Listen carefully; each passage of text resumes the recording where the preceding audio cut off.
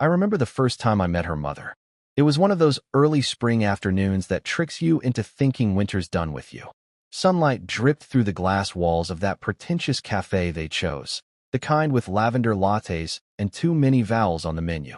I wore my best blazer, shoes polished, hair combed so tight it felt like I was wearing a helmet. I even rehearsed how I'd say hello. And yet, none of it mattered. She didn't shake my hand. Not at first. Just looked at me with that razor-thin smile women of her kind perfect over decades. Part charm, part disdain, all control. "So you're him," she said, like she'd already decided who I was. Like she'd read my entire life story in the scuff on my watch. Marissa, my girlfriend then, just laughed nervously. "Mom, please." I tried. God, I tried. I told her about my work. I was coding back-end systems for a logistics firm then, not glamorous, but steady. I explained how I was building my own thing on the side, a platform for independent artisans to sell directly to consumers. I thought she'd be impressed. She wasn't. She took one sip of her lemon water, no sugar, no ice, and said, "Marissa, darling, you always pick such passion projects." That was the moment I knew. I wasn't dating just Marissa. I was courting an entire legacy, old money dressed in pearls and quiet judgment. Still, I loved her. I loved Marissa like a man loves a future he hasn't earned yet. I saw her as this vibrant, artistic light, full of ideas and laughter and wild ambition. She loved photography. Said she wanted to open her own studio one day. I believed in her. I supported her. When she couldn't pay rent during grad school, I covered it. When she said her dream camera setup was too expensive, I maxed out my credit card and surprised her for her birthday. When she wanted to quit her job at the gallery because her boss was toxic, I told her to walk out, that I'd handle the bills. And I meant it. Every word. Every dollar. But her family? They never saw it. Never wanted to see it. To them, I was always the scrappy kid from a working-class town with a startup and a dream. Charming, maybe, but not suitable. Her dad didn't say much, but he had this look, like I was a pop quiz he wasn't expecting. Her younger brother, Cole, once joked that I should get a real job if I ever wanted to afford their lifestyle. At the dinner table, in front of everyone, Marissa didn't defend me that night. She just looked down at her wine. The cracks started showing after we moved in together. I was pulling 16-hour days, freelancing for cash, while building my platform at night.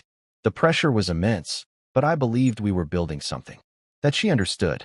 But something shifted. She began coming home later. Started comparing me to her friends' husbands, doctors, lawyers, finance guys in press suits with country club memberships. One evening, while I was cooking, she walked in and said, "Why do you always smell like stress and takeout?" I laughed. Thought she was joking. She wasn't. Still, I held on. For her. For us. Even when her mother began sending her listings for apartments in better neighborhoods. Just options. "Darling, in case you decide to upgrade your space." She never said upgrade from him. She didn't have to. The final blow came on Marissa's birthday.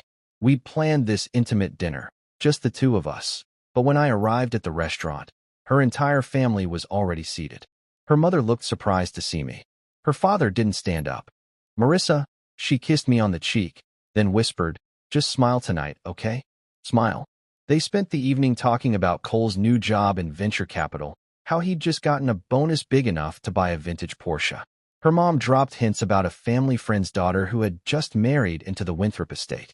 Her father raised a glass and toasted to legacies, the kind that last. I didn't belong at that table. I knew it. They knew it. But what Marissa said to me on the walk back to the car, that's what split me open. I need someone who can match the life I want, not the life you're hoping for. I stared at her. What does that mean? She looked away. I think you know. And I did. Deep down, I did. I went home, sat on the floor, didn't even turn on the lights, just stared at my laptop screen. The platform I'd built was glitching. I'd lost 2 artisans that week. Rent was due in 4 days. My credit cards were maxed. My bank account was in the low triple digits. I could feel the judgment of her mother's words echoing in that silence. Passion projects. They never saw me as anything but a long shot. That night, I made a decision. Not revenge. Not spite. Just resolve. I cut off the distractions. No more chasing investors who didn't believe in the vision. I studied user data, rewrote every piece of back-end code, restructured the entire model to focus on premium creators. I moved out of the apartment, crashed with an old friend, ate beans and rice for months. And when I launched the new version, it exploded. Artisans flocked to it. We doubled traffic in 6 weeks. A niche influencer posted about us. Unpaid, just loved the interface. And suddenly, we were viral. By the end of that year, I had funding offers from 2 major VCs, and our valuation hit 7 figures.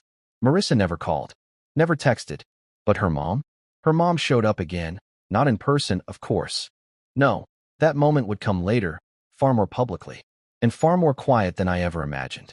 The first time I saw her mother again, it was in the business section of a weekend magazine. She was wearing that same pearl necklace I remembered, the one she wore like armor, standing beside Marissa at some charity gala. The article was about old money, legacies, and curated elegance. They posed like royalty. Marissa in a champagne gown, her mother in navy silk. Behind the glamour, though, something caught my eye. A logo. My logo. On a canvas in the background, behind the hors d'oeuvres table. I zoomed in. It was unmistakable. An artisan I'd partnered with, a painter from New Mexico whose abstract work we featured in a campaign. I remember because I helped her craft her first listing personally. My work had arrived at their table before I did. It hit me then. I was already in their world. Quietly. Invisibly. Without a suit. Without approval. They were admiring the product of a man they once discarded. And they didn't even know it yet. By then, my company had moved into a sleek downtown space. I hired a lean team. All of them hungry, brilliant, often overlooked like I once was. We weren't flashy, but we were growing. Fast. By the second year, we'd onboard over 12,000 creators, built out custom tools for e-commerce automation, and launched a digital storefront API that got the attention of a certain massive retailer. That call changed everything. A licensing deal. 7 figures. The first of many. Suddenly, the same investors who once ghosted me were asking for meetings. I declined. Not out of pride, but out of clarity. I didn't need to sit at their tables anymore. I was building my own. One afternoon, I got a message. Instagram, of all places. A DM from Marissa. Just a wave emoji. Nothing more. I stared at it. My chest didn't tighten. No ache. Just a curious emptiness, like revisiting a town you used to live in. Familiar, but no longer home. I didn't respond. She followed it with a hey. Just saw your company in Forbes. Congrats, smiley face. That emoji at the end, it rattled something in me. Like she still saw me as a maybe. A fluke that happened to land on his feet. She didn't know. Not yet. But she would. 3 months later, we sponsored an arts event downtown. A high-profile exhibit celebrating digital and physical mediums merging in modern expression. Very elite. Very curated. Very them. I didn't plan to attend at first. I rarely showed up to these things. I preferred to work. But my head of PR insisted. You need to be seen, she said. You built this. You deserve to be in the room. So I went. Black suit. No tie. Clean beard. Quiet confidence. The venue was stunning. Glass ceilings, sculptures under soft lights, and the buzz of money trying to look casual. And there she was, Marissa, standing next to her mother, sipping white wine, surrounded by the very people who used to look past me. They didn't recognize me right away, until someone approached me, the curator himself, and pulled me into the spotlight. Ladies and gentlemen, he said, we'd like to thank our chief sponsor tonight, the founder and CEO of Haven Craft, Nathan Carter. Heads turned. Her mother's glass paused halfway to her lips. Her eyes flicked to mine, searching, trying to place the face under the polish. Marissa blinked, then gasped. Nathan, she mouthed. I nodded politely. The curator smiled. Nathan's company is revolutionizing how artists reach the world. Without them, half the creators here tonight wouldn't be on these walls. The applause washed over me like a warm rain I never expected. Humbling. Strange. But not overwhelming. When it died down, I made my way to the bar. Ordered something simple, sparkling water with lime. I felt her presence before she said anything. You look different, Marissa said behind me. I turned. Tom does that.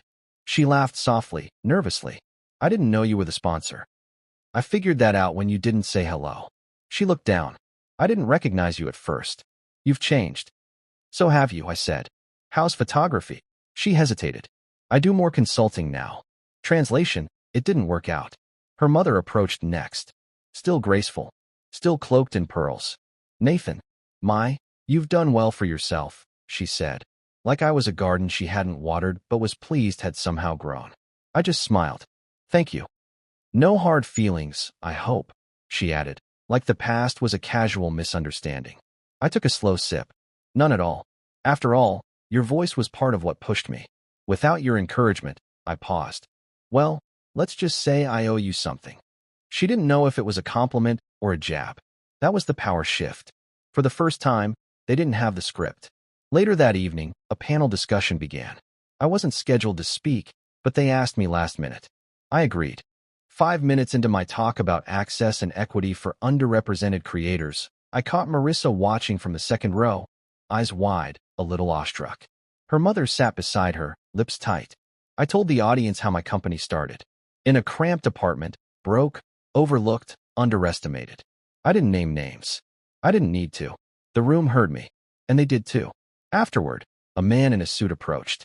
Said he was an investor from a firm that once passed on my early pitch. Offered to set up a meeting. I shook his hand and politely declined. "I'm not looking for funding," I said. "We're profitable. Bootstrapped." He blinked. "Seriously?" I nodded. "Seriously." That word hung in the air like a verdict. Marissa never messaged me again after that night. Her mother never smiled at me again. But every so often, I'd hear through mutual contacts. Her father's company took a hit. Cole was laid off during a merger, and the family was restructuring. Me? I bought the building my office sat in, then the one next to it, and the one after that. Not to show them, but to remind myself. Legacy isn't inherited. Sometimes, it's built from rejection, brick by brick. It was a year after the gala when the next message came. Not from Marissa, not from her mother, from their lawyer. Formal, measured, impersonal. A request for a business meeting. Apparently, her father's firm was looking for potential partnerships in the digital art space, something to revitalize their portfolio. My assistant flagged the name in our inbox, unsure if it was a prank. I recognized it instantly. I accepted the meeting. We held it at my office, not the co-working space we started in, not the minimalist rented suite from the early days, but our HQ, a converted heritage building, all exposed brick and reclaimed wood, filled with natural light and quiet ambition. The kind of place where you don't need to announce success. It just hums in the background. I didn't sit at the head of the table. I waited across from them like any other CEO. Her father walked in first. Older, grayer, but still wearing that carefully measured disinterest. Behind him, her mother, sunglasses indoors, pearls intact. And finally, Marissa. Hair tied up, blouse too sharp, smile too forced. She looked like she had practiced being unfazed. I didn't offer coffee. I didn't make small talk. I simply opened the folder in front of me and said, "Let's talk numbers." They were offering a partnership stake. A small percentage for a modest sum. They wanted access to our creator pool, our algorithms, our marketplace reach. They pitched it like it was a gift. A legacy firm blessing a newcomer. I listened. Then I slid my own folder across the table. "Here's what I propose," I said.